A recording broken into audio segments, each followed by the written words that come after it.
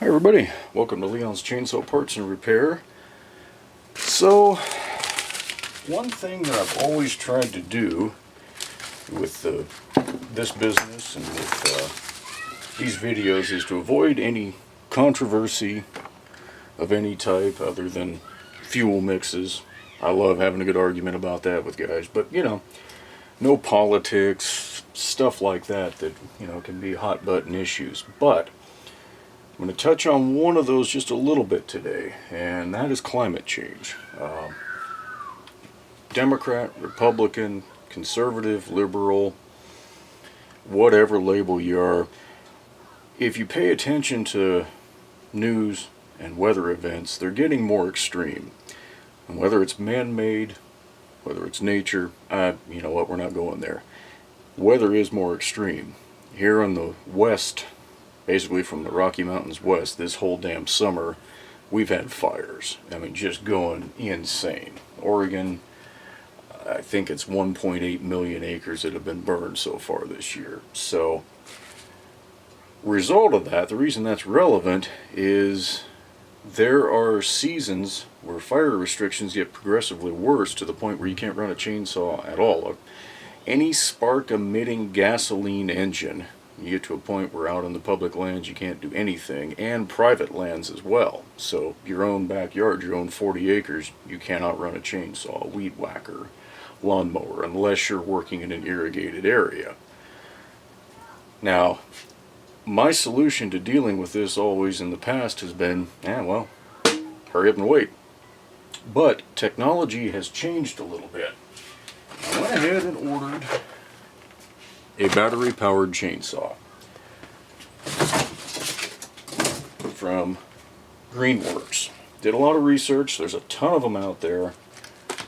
Literally, this just came out of the box, so I can't speak to it. I don't know if it's going to be a great saw or not. The reviews online say it's going to be great. But this is my solution for that month and a half to 2 months every year that I cannot run the old home lights out in the woods. So, figured to go through some of the features on it and get it charged up, and I will take it with me wood cutting tomorrow. So it's an 80 volt. This big old battery is what comes with it. It's a 2 amp hour 80 volt battery. The specs claim that it will charge in 30 minutes, a full charge from dead. So, I'll be testing that out tonight, obviously. This big old charger is what comes with it. I don't know how well the video is going to pick it up, but there's a giant slotted area on either side and below the battery. That's for cooling. So this must have a pretty healthy fan in it to keep the battery from overheating. It is a lithium ion, and those do generate some heat as they charge. So it's a pretty simple saw. I haven't done anything with it yet. Your oil reservoir is over here. Figure I'll get some lubricant in there, and we'll actually fire this thing up, so to speak. Push the button. That's really thin oil. That's enough to just prime it with. I'm going to use some better stuff because I don't want to burn up a bar and a chain first thing off the bat. It is an Oregon bar and chain, so that's a plus. Oregon still makes a pretty good product and fairly stiff bar. It's not one of those ones that'll flop all over the place. You hear that click, you're good to go. Has a battery life monitor on it. Make sure that's visible. Yeah. So when you want to run it, push the button, you hear the beep.